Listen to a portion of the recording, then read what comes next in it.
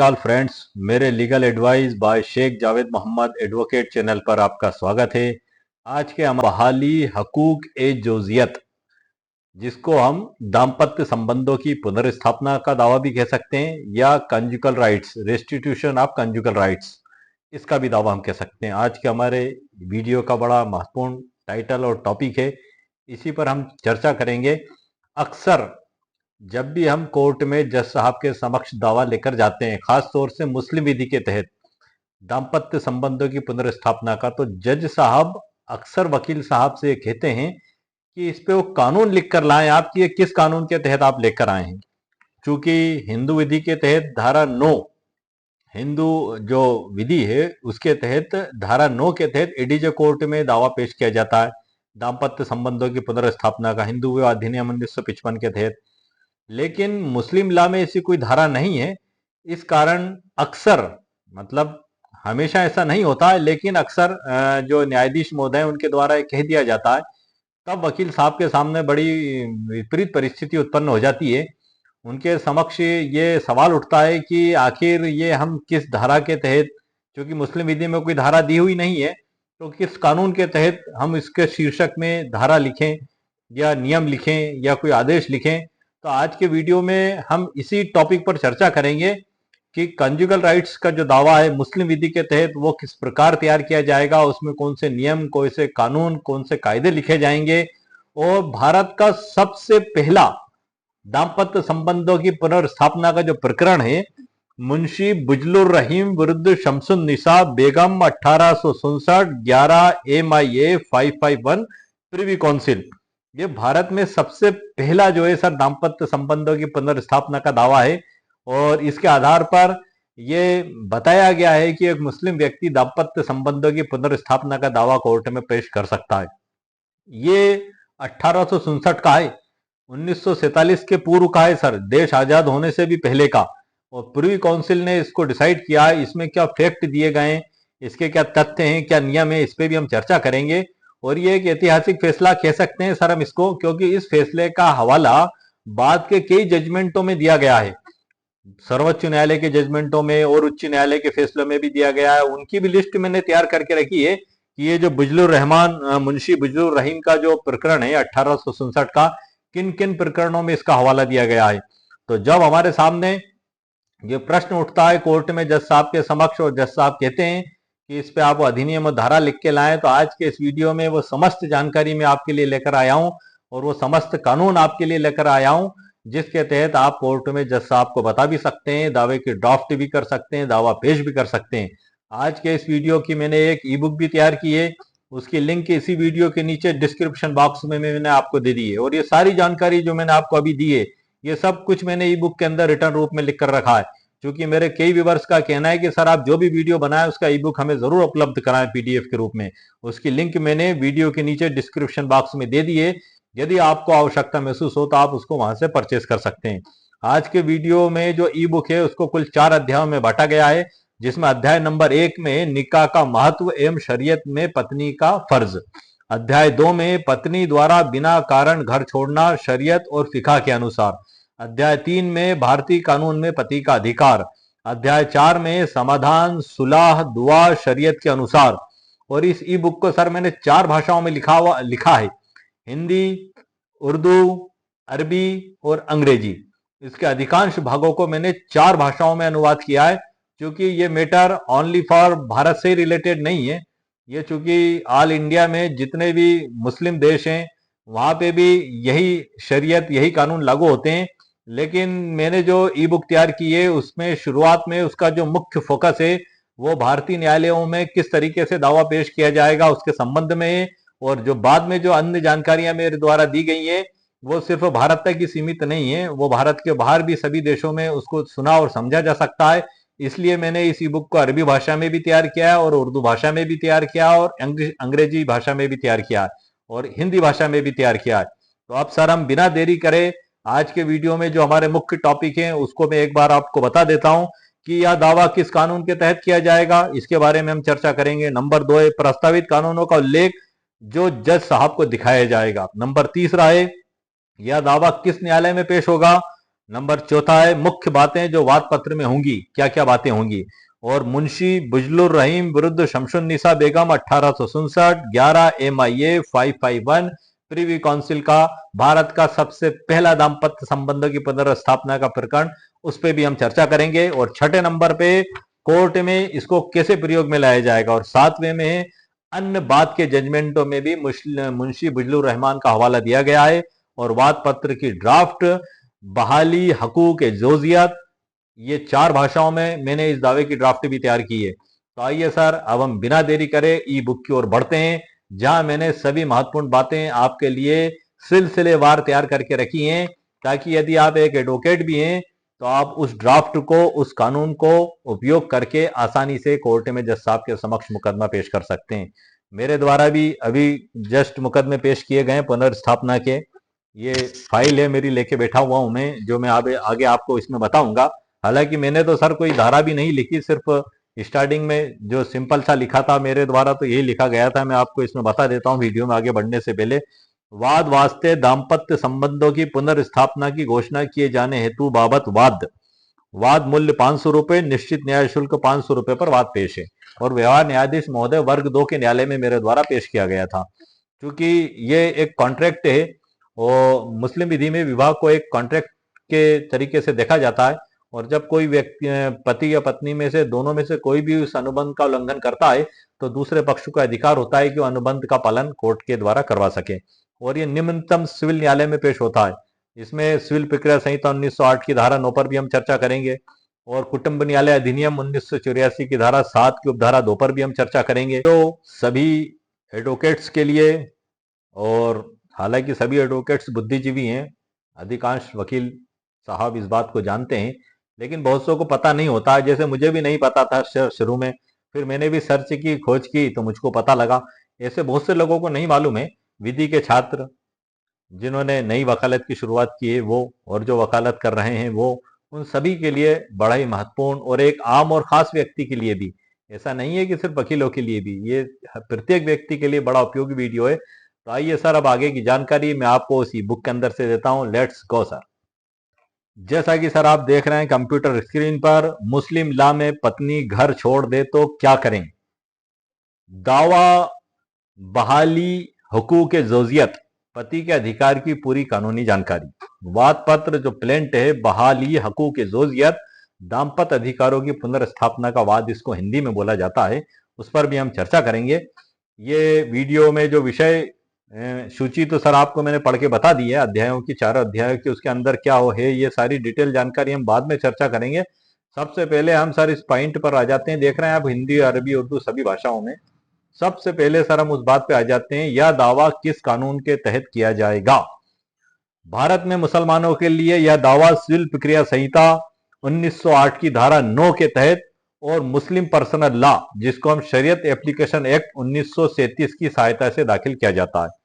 सबसे पहला सवाल का जवाब है सर हमारा, यह दावा किस कानून के तहत किया जाता है। अक्सर जज साहब पूछते हैं, हमारे मन में भी सवाल पैदा होता है। तो ये सिविल प्रक्रिया संहिता 1908 की धारा 9 और शरीयत एक्ट 1937 के तहत यह दावा प्रस्तुत किया जाता है। हालांकि इस संबंध में कोई विशेष मुस्लिम एक्ट नहीं है, परंतु भारतीय न्यायालयों ने मुस्लिम पर्सनल लॉ शरीयत को मान्यता दी है, जिसके अंतर्गत एक मुस्लिम पति या पत्नी अपने जीवन साथी के विरुद्ध रेस्टिट्यूशन ऑफ कंजुगल राइट्स, जिसको शॉर्ट में RCR आगे कहा जाएगा, का दावा कर सकता है या कर सकती है। ये तो सर क्लियर हो गया कि किस कानून के तहत यह दावा पेश किया जाएगा। दूसरी स्थिति हम देख लेते हैं, प्रस्तावित कानून का उल्लेख जो जज साहब को दिखाया जा सकता है। जब हम डायस पे दावा पेश करते हैं जज साहब के समक्ष, तो अक्सर ये कहा जाता है कि किस कानून के तहत लाए वकील साहब, आप हमें बताएं। तब हमें चुप नहीं होना पड़ेगा, ये आप उनको बताएं। दावा आपका उसी समय स्वीकार किया जाएगा और उसका पंजीयन किया जाएगा और प्रतिवादी को दर्ज करने के बाद नोटिस जारी किए जाएंगे। इसमें प्रस्तावित कानूनों का उल्लेख जो जज साहब को दिखाया जा सकता है, उसमें नंबर 1 है मुस्लिम पर्सनल लॉ शरीयत एक्ट 1937। ये कानून क्या कहता है सर, कि मुसलमानों के सभी व्यक्तिगत मामलों में शरीयत लागू होगी। इसकी section 2, marriage, dissolution of marriage including तलाक, मेंटेनेंस, डावरी, गार्जियनशिप, आदि शरीयत से नियंत्रित होंगे, ये इसकी धारा 2 में बताया गया है। और दाम्पत्य संबंधों की पुनर्स्थापना भी शरीयत एक्ट 1937 की धारा 2 के अंतर्गत आता है। शरीयत से ये सब नियंत्रित होंगे। और दूसरा कानून आता है सर हमारा civil code of civil procedure 1908 की सेक्शन 9, जिसको हम सिविल प्रक्रिया संहिता 1908 भी कहते हैं, जो दीवानी दावों में लागू होती है। यह क्या कहता है, इसमें क्या बताया गया है, जहां कोई विशिष्ट निषेध नहीं है वहां सिविल कोर्ट सभी प्रकार के दीवानी अधिकारों के लिए दावा सुन सकती है। इस आधार पर आरसीआर का केस पेश किया जाता है। नंबर तीसरी स्थिति क्या हुई सर, हिंदू विवाह अधिनियम 1955 की धारा 9 में तो स्पष्ट रूप से आरसीआर की प्रक्रिया दी गई है, परंतु मुसलमानों के लिए कोई विशेष धारा नहीं होने के बावजूद भी शरीयत कानून के सिद्धांत और मुस्लिम लॉ के अनुसार इस प्रकार का दावा न्यायालय में स्वीकार किया जाएगा। दावे के शीर्षक में क्या लिखा जाएगा, जो जज साहब अक्सर कहते हैं कि इसका आप वो कानून लिख के लाए, वो भी मैं आपको ड्राफ्टिंग में आगे बताऊंगा। अभी हम ये देख लेते हैं कि दावा किस न्यायालय में प्रस्तुत किया जाएगा। यह एक दीवानी सिविल प्रकृति का दावा माना जाता है, इसलिए यह सिविल जज जूनियर डिवीजन या सिविल जज सीनियर डिवीजन के समक्ष दाखिल किया जा सकता है। यह इस बात पर निर्भर करता है कि संबंधित राज्य में न्यायिक ढांचा कैसा है। यदि फैमिली कोर्ट स्थापित है, कुटुंब न्यायालय अधिनियम 1984, फैमिली कोर्ट एक्ट 1984 की धारा 7 के अनुसार यह वाद परिवार न्यायालय में दाखिल किया जाएगा जहां फैमिली कोर्ट अस्तित्व में है। अगर नहीं है तो वो विवाह न्यायाधीश महोदय वर्ग 2 के न्यायालय में पेश किया जाएगा, जहां उन्हें शक्तियां दी गई हैं सुनने की। अब इसमें ये बात सर हमारी चल रही है कि किस अदालत में किस न्यायालय में पेश किया जाएगा। तो यहाँ पे सर मैं कुछ आपको बुक के अंदर से भी जानकारी दे देता हूँ। ई बुक के अंदर तो मैंने लिखा ही है, ये मुस्लिम लॉ आप देख रहे हैं। इसमें जो महत्वपूर्ण चीज है, जो महत्वपूर्ण बात है, मैं आपको बता दूं। वैवाहिक संबंधों की पुनर्स्थापना, नियम 122 वैवाहिक संबंधों की पुनर्स्थापना, ये मुल्ला की विधि में भी मिल जाएगा। एक बड़े विद्वान है मुल्लास लॉ, मोहम्मदन लॉ, मेरे पास रखा हुआ है, पूरा इंग्लिश ट्रांसलेशन भी है उसमें भी ये धारा में दिया हुआ है और ये नियम में भी दिया हुआ है। और ये लगभग सभी बुक्स में मिल जाएगा, आपको अलग अलग रूप में किसी भी प्रकार से मिल जाएगा। मैं आपको जो मेरे पास बुक है उसमें से मैं पढ़ के आपको बता रहा हूं। जहां पति या पत्नी बिना किसी विधि मान्य आधार पर आपस के सानिध्य से पृथक हो जाते हैं तो पीड़ित पक्षकार वैवाहिक संबंधों की पुनः स्थापना हेतु वाद संस्थित कर सकती है। यह मुस्लिम लॉ में ही लिखा हुआ है सर। नंबर दूसरा है दाम्पत्य संबंधों की पुनः स्थापना संबंधी डिग्री का निष्पादन सिविल प्रक्रिया संहिता के आदेश 21 नियम 32 के अनुसार होता है। ये क्लियर हो गया सर हमें कि किस कानून के तहत पेश किया जाएगा। जज साहब अगर पूछते हैं तो आप उनको बता सकते हैं, मुस्लिम लॉ के तहत भी, शरीयत एक्ट 1937 की धारा 2 के तहत, और सिविल प्रक्रिया संहिता 1908 की धारा 9 के तहत, और कुटुंब न्यायालय अधिनियम 1984 की धारा 7 के तहत। ये तीनों कानून, ये चारों कानून आज जज साहब को डायस पर मौखिक भी बता सकते हैं, और आप आपके जो उसके स्टार्टिंग की हेडिंग है दावे की, उसमें भी लिख सकते हैं। उसमें किस प्रकार से लिखा जाएगा मैं अभी आपको आगे बताने जा रहा हूं। इसमें आगे बढ़ते हैं सर हम इसमें कि विवाह विच्छेद संबंधी उपचार, विवाह विघटन, घोषणात्मक वाद, प्रवर्तनीय करारों का बना रहना आदि के साथ साथ दाम्पत्य अधिकारों की पुनर्स्थापना भी एक प्रकार का वैवाहिक अनुतोष है। आधुनिक भारत में दाम्पत्य अधिकारों की पुनर्स्थापना संबंधी वाद सिविल प्रकृति का है। यह निम्नतम सिविल न्यायालय में संस्थित किया जा सकता है। यह सिविल प्रक्रिया संहिता 1908 की धारा 9 के अर्थ में सिविल प्रकृति का वाद है। निम्नतम सिविल न्यायालय शब्द इसमें आया है सर। मेरे द्वारा जो दावा अभी पेश किया गया है व्यवहार न्यायाधीश महोदय वर्ग 2 के न्यायालय में पेश किया गया है, और व्यवहार न्यायाधीश महोदय वर्ग 2 के न्यायालय में वो विधि अनुसार उस पर आदेश पत्रिका लिखी गई, दर्ज किया गया, और विपक्षी को आदेश 5 सिविल प्रक्रिया संहिता 1908 के तहत नोटिस भी जारी किए गए। वो उपस्थित भी हुआ। अब उसका वादोत्तर प्रस्तुत करने के लिए प्रकरण नियत है। हम आगे बढ़ते हैं सर इसमें कि दाम्पत्य अधिकारों का तात्पर्य क्या है। दाम्पत्य अधिकारों का भंग जो होना है, इसका तात्पर्य क्या माना गया है। तो इसमें जिसमें पति एवं पत्नी दोनों एक दूसरे के समाज में रहते हैं, एक दूसरे के सहचार्य में रहते हुए दाम्पत्य जीवन का निर्वाह करते हैं। जब दोनों में से कोई दाम्पत्य जीवन से पृथक होना चाहता है या ऐसा आचरण दर्शाता है जो उचित एवं युक्त प्रतीत नहीं होता, तो ऐसी स्थिति में पीड़ित पक्षकार दाम्पत्य अधिकारों के पुनः स्थापना हेतु वाद संस्थित कर सकता है।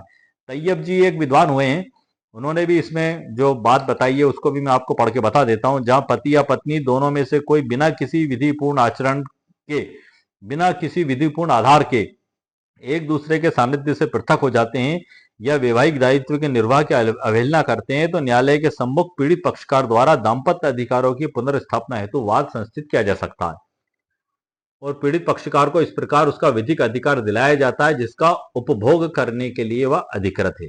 ये कानून में बिल्कुल स्पष्ट बताया गया है। मुंशी बजलुर बनाम शमसुन्निसा के वाद में एक मामले को मुस्लिम विधि के सिद्धांतों का अनुसरण में निर्णित किया गया। ये जो मुंशी बजलुर रहमान का मामला है वो बुक के अंदर भी सर दिया हुआ है। तो अब सर इसी प्रकार से अब्दुल कादिर बनाम सलीमा का भी इसमें दिया हुआ है। तो ये तो सर मैंने आपको बुक के अंदर से बता दिया और प्रैक्टिकली तौर पे भी मैंने आपको ये बता दिया।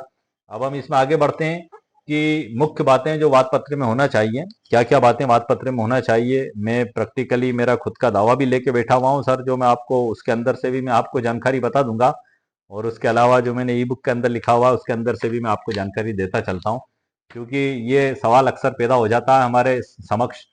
मेरे समक्ष भी कई बार इस प्रकार की बात आई थी, मैंने भी सर्च की, सब कुछ देखा भाला, उसके बाद जो चीज निकल के सामने आई वो मैं आपको बता रहा हूँ। मुख्य बातें जो वाद पत्र में होनी चाहिए वो कौन सी हैं सर? ये फैमिली कोर्ट का और बता दूं, यदि फैमिली कोर्ट स्थापित है तो फैमिली कोर्ट एक्ट 1984 की धारा 7 के अनुसार यह वाद परिवार न्यायालय फैमिली कोर्ट में दाखिल किया जा सकता है। ये इसमें बताया। मुख्य बातें जो वाद पत्र में होनी चाहिए, क्या क्या बातें होनी चाहिए सर वाद पत्र में? नंबर 1 विवाह का प्रमाण पत्र निकाहनामा। नंबर 2 गवाह। नंबर 3 विवाह के पश्चात अलगाव की स्थिति कैसे उत्पन्न हुई, मतलब बात कारण काज ऑफ एक्शन किस तारीख से उत्पन्न हुआ और किस वजह से पैदा हुआ, ये भी लिखना पड़ेगा। नंबर 4 पति या पत्नी द्वारा बिना वैध कारण के अलग रहने का विवरण, पूरी डिटेल आपको उसमें लिखना होगी। नंबर 5 है दाम्पत्य संबंध की पुनः स्थापना की याचना। ये मुख्य बातें आपको वाद पत्र के अंदर लिखना होगी। और महत्वपूर्ण केस ला जो इसमें बताया गया है, मैं इसमें जो है कि सर सबसे पहले उसी केस पे आता हूं मैं, ये मैं आपको बाद में बताऊंगा। ये इतवारी विरुद्ध असगरी बेगम AIR 1960 का भी है, लेकिन साहब को जरूर दिखाएं। कौन सा केस है सर? जो मैंने आपको बताया था, इसकी पूरी डिटेल आपके लिए लेके आया हूं और उस पूरे प्रकरण को मैंने ई बुक के अंदर प्रिंट भी कर दिया है सर, पूरा इंग्लिश में ढूंढा मैंने उस प्रकरण को। मिलना इतना आसान नहीं है, ये इतनी आसानी से नहीं मिला है मुझे, लेकिन फिर भी मैंने काफी खोजबीन की और उसके बाद इस ई बुक के अंदर पूरे जजमेंट को मैंने प्रिंट भी कर दिया है। यह केस जज को जरूर दिखाएं। यदि जज साहब के द्वारा सवाल उठा लिया जाता है तो ये 4 कानून और 4 कानून के साथ ये केस आप जरूर दिखाएं। इस केस के फैक्ट भी मैं आपको बता देता हूं। मुंशी बुजलुर रहमान विरुद्ध शमसुन्निसा बेगम 1867 11 MIA 551 प्रिवी काउंसिल। भारत में सबसे पहला मुस्लिम RCR केस जिसमें प्रिवी काउंसिल ने भी माना कि मुस्लिम पति वैवाहिक अधिकार की पुनः स्थापना का दावा कर सकता है। सर ये सबसे महत्वपूर्ण बात है। इसमें जो स्पष्ट रूप से घोषणा की गई थी, बताया गया था कि भारत में सबसे पहला मुस्लिम RCR केस देश के आजाद होने से भी पहले 1947 में देश आजाद हुआ या 1867 में ये फैसला कर दिया गया था। ये जो मुंशी बजलुर रहमान साहब हैं, इन्होंने इनकी पत्नी के खिलाफ दावा लगाया था, वो रूठ के चली गई थी, नाराज होकर चली गई थी। ये बड़े बेचैन और परेशान थे, इन्होंने दावा लगाया था, तो प्रिवी काउंसिल ने डिसाइड किया था उसमें। आइए हम उनके फैक्टों को भी देख लेते हैं और महत्वपूर्ण बातों को समझ लेते हैं। सबसे पहला केस है सर ये जो है कि प्रिवी काउंसिल लंदन निर्णय वर्ष 1867। महत्व, यह भारतीय उपमहाद्वीप विशेषता मुस्लिम समुदाय में वैवाहिक अधिकारों की पुनर्स्थापना यानी restitution of conjugal rights RCI से संबंधित सबसे पहला और ऐतिहासिक मामला माना जाता है। Historical judgement. केस की पृष्ठभूमि क्या है हम इसको देख लेते हैं। पति मुंशी बजलुर रहीम, पत्नी शमसुन्निसा बेगम। मूल मामला, मुंशी बजलुर रहीम ने अपनी पत्नी के विरुद्ध रेस्टिट्यूशन ऑफ कंजुगल राइट्स बहाली हकूक जोजियत का मुकदमा दाखिल किया। उनका दावा था कि उनकी पत्नी उन्हें छोड़कर चली गई। गृह मंत्री चले गए उनके। जो पत्नी मतलब सारे घर को संभालने वाली गृह मंत्री होती है सर, एक सम्मानजनक शब्द है। छोड़कर चली गई और बिना किसी उचित कारण के वैवाहिक दायित्वों का पालन नहीं कर रही हैं। उन्होंने कोर्ट से अनुरोध किया कि पत्नी को आदेश दिया जाए कि वह उनके साथ वैवाहिक जीवन बहाल करें। प्रश्न जो न्यायालय के समक्ष बनाए गए, क्या मुस्लिम पति को अपनी पत्नी को कोर्ट में वापस बुलाने का वैधानिक अधिकार है कोर्ट के जरिए? क्या इस प्रकार की वैवाहिक याचिका शरीयत और ब्रिटिश प्रभावित सिविल न्यायिक प्रणाली में स्वीकार्य है? नंबर तीसरा पॉइंट था, यदि पत्नी नुशूज अवज्ञा की स्थिति में है तो क्या पति के समक्ष, यदि पत्नी नुशूज मतलब अवज्ञा की स्थिति में है तो क्या पति शरीयत के अनुसार कोर्ट में दावा कर सकता है? प्रिवी काउंसिल का निर्णय क्या था सर इसमें? नंबर एक है इसमें, मुस्लिम लॉ के अंतर्गत पति को यह अधिकार है कि वह अपनी पत्नी से वैवाहिक संबंध बहाल करने की मांग कर सकता है, बशर्ते पत्नी के पास वैध कारण ना हो, जैसे कि अत्याचार, जान का खतरा आदि। नंबर दूसरा पॉइंट है इसमें, शरीयत के नियमों को मान्यता देते हुए प्रिवी काउंसिल ने कहा कि इस्लामी कानून में भी विवाह एक अनुबंध कॉन्ट्रैक्ट है और जब यह अनुबंध टूटता है या एक पक्ष पालन नहीं करता तो दूसरा पक्ष न्याय मांग सकता है। नंबर तीसरा है, कोर्ट ने यह स्पष्ट किया कि इस तरह का मामला केवल धार्मिक नहीं है बल्कि दीवानी अधिकारों से जुड़ा हुआ मामला है और इसलिए सिविल अदालत इस पर विचार कर सकती है। इस केस का ऐतिहासिक जो महत्व है उस पर भी हम एक नजर डाल लेते हैं सर। पहला केस है ये, भारत में यह पहला केस था जिसमें मुस्लिम पर्सनल लॉ के अंतर्गत RCR, restitution of conjugal rights की वैधानिकता को परखा गया। भारत का सबसे पहला प्रकरण, शरीयत प्लस अंग्रेजी कानून। इस केस ने शरीयत और अंग्रेजी न्याय प्रणाली के बीच सामंजस्य की नींव रखी। आधारभूत मिसाल क्या है? बाद के सभी हाई कोर्ट और सुप्रीम कोर्ट के निर्णयों ने इस केस का बार बार हवाला दिया। वो केस भी मैंने आपके लिए ढूंढ के लाया हूं सर, लिस्ट है जिसमें इस मामले का हवाला दिया गया है। मैं भी आपको वीडियो के आगे उसकी भी जानकारी दूंगा मैं। आधारभूत बात ये हो गया। आधारभूत हमारा महिला के अधिकारों पर चर्चा। कोर्ट ने पत्नी की स्थिति और उसकी सुरक्षा को भी देखा। अगर पत्नी के पास कारण हो तो उसे जबरदस्ती नहीं बुलाया जा सकता। मतलब पत्नी को मारा जा रहा है, पीटा जा रहा है, दहेज के लिए प्रताड़ना की जा रही है और पत्नी को मार पीट करके घर से भगा दिया गया, उस पर जुल्म की इंतहा कर दी गई, जैसे कि वर्तमान मामलों में कई मामले इस प्रकार के देखने में आते हैं। और उसके बाद जब पत्नी अपने माँ बाप के घर जाकर बैठ गई और उसको लेने भी नहीं गए और पत्नी ने जब भरण पोषण का दावा लगाया तब पति महोदय उठे और वकील साहब से कंसल्ट किया कि अब बचने का क्या तरीका है, तो कि आप भाई साहब लाने का दावा लगा दो ताकि जज साहब को ये कहने का हो जाएगा कि ये लाने चाहते हैं और इन्होंने कोई मारपीट, क्रूरता, अत्याचार नहीं किया, ना कोई दहेज की मांग की, तो आपको एक अच्छा आधार मिल जाएगा, तो भरण पोषण से आपकी बचत हो जाएगी और आपके प्रति एक नरम रुख अपनाया जाएगा। ऐसे जो दुर्भावना से अगर कोई दावा लगाया जाएगा तो न्यायालय वो भी देखेगा, वो भी नोटिस करेगा। और इस प्रकार से जो दुर्भावना से जो दावे लगाए जाते हैं उसमें न्यायालय कभी भी दाम्पत्य संबंधों की पुनर्स्थापना का आदेश नहीं करता, क्योंकि न्यायालय दोनों पक्षों को सुनता है। यदि आप अकेले ही दावा लेकर चले गए तो आपकी पत्नी उसका जवाब भी लेके आएगी, उनका वकील साहब भी वहां पर आएंगे और सारे तथ्य जो आपने छिपा कर रखे हुए हैं वो उनके द्वारा बताए जाएंगे। तो इस प्रकार से आप निस्वच्छ मतलब स्वच्छ हाथों से आप दावा पेश करें और अपना जो है कि वास्तविक इच्छा और अपनी सच्ची नियत आप न्यायालय के समक्ष रखें और तो आपको निश्चितता इस प्रकार के मामलों में सफलता मिलेगी। आगे बढ़ते हैं सर हम इसमें। वर्तमान भारतीय कानून में इस केस का क्या प्रभाव है? इस केस की मिसाल आज भी मुस्लिम पति द्वारा कंजुगल राइट्स के मांग के मामलों में दी जाती है। जब कोई जज यह पूछता है कि मुस्लिम कानून में आरसीआर का क्या आधार है, तो यह केस सबसे प्रमाणित और ऐतिहासिक जवाब बनता है। कोर्ट में इसका कैसे उपयोग करेंगे सर? आप इसे कोर्ट में इस प्रकार उपयोग कर सकते हैं। अंग्रेजी में पहला पढ़ देता हूं मैं। द प्रिवी काउंसिल इन मुंशी बुजलुर रहमान विरुद्ध शमसुन निसा बेगम 11 MIA 551-1867 upheld the right of Muslim husband to file a suit for restitution of conjugal rights, provided that the wife has no just cause for withdrawal, thus establishing the compatibility of Sharia with civil judicial remedies. इसको हिंदी में किस प्रकार से बताया जाएगा? Court में उपयोग करना वकीलों के लिए व्यवहारिक उपयोग। आप इसे अदालत में इस प्रकार से प्रस्तुत कर सकते हैं। प्रिवी काउंसिल ने मुंशी बजलुर रहीम बनाम शमसुन निसा बेगम के मामले में यह निर्णय दिया कि यदि पत्नी के पास अपने पति से अलग रहने का कोई उचित कारण नहीं है, तो मुस्लिम पति को वैवाहिक सहवास के अधिकार की बहाली, जिसको रेस्टिट्यूशन ऑफ कंजुगल राइट्स भी कहते हैं, के लिए मुकदमा दायर करने का अधिकार प्राप्त है। इस निर्णय के माध्यम से शरीयत और सिविल न्यायालय प्रणाली के बीच कानूनी सामंजस्य को स्थापित किया गया है। ये आप जज साहब को बता सकते हैं। इस प्रकार से आप इसको कोर्ट में उपयोग भी कर सकते हैं। नीचे सर मैंने ये लिखा हुआ है, जो आप देख रहे हैं, ये उर्दू भाषा में मैंने इसमें लिखा हुआ है, क्योंकि मैंने आपको वीडियो के प्रारंभ में ही बताया था कि मैंने इसको 4 भाषाओं में तैयार किया है।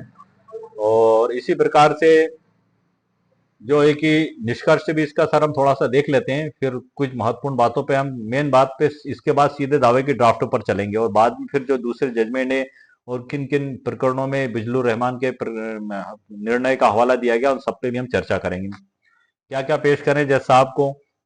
मुस्लिम पर्सनल लॉ शरीयत एक्ट 1937, वैवाहिक अधिकार शरीयत से नियंत्रित है, नंबर 1। नंबर 2 है court of civil procedure court 1908 की सेक्शन 9 धारा 9 पे मैं मेरे चैनल पर स्पेशल वीडियो बना चुका हूँ, ई बुक भी लिख चुका हूँ। उसी वीडियो के नीचे उसकी लिंक भी अपलोड कर दी गई है। वीडियो भी मेरे चैनल पर अपलोडेड है कि धारा 9 आखिर क्या है सिविल प्रक्रिया संहिता 1908 की।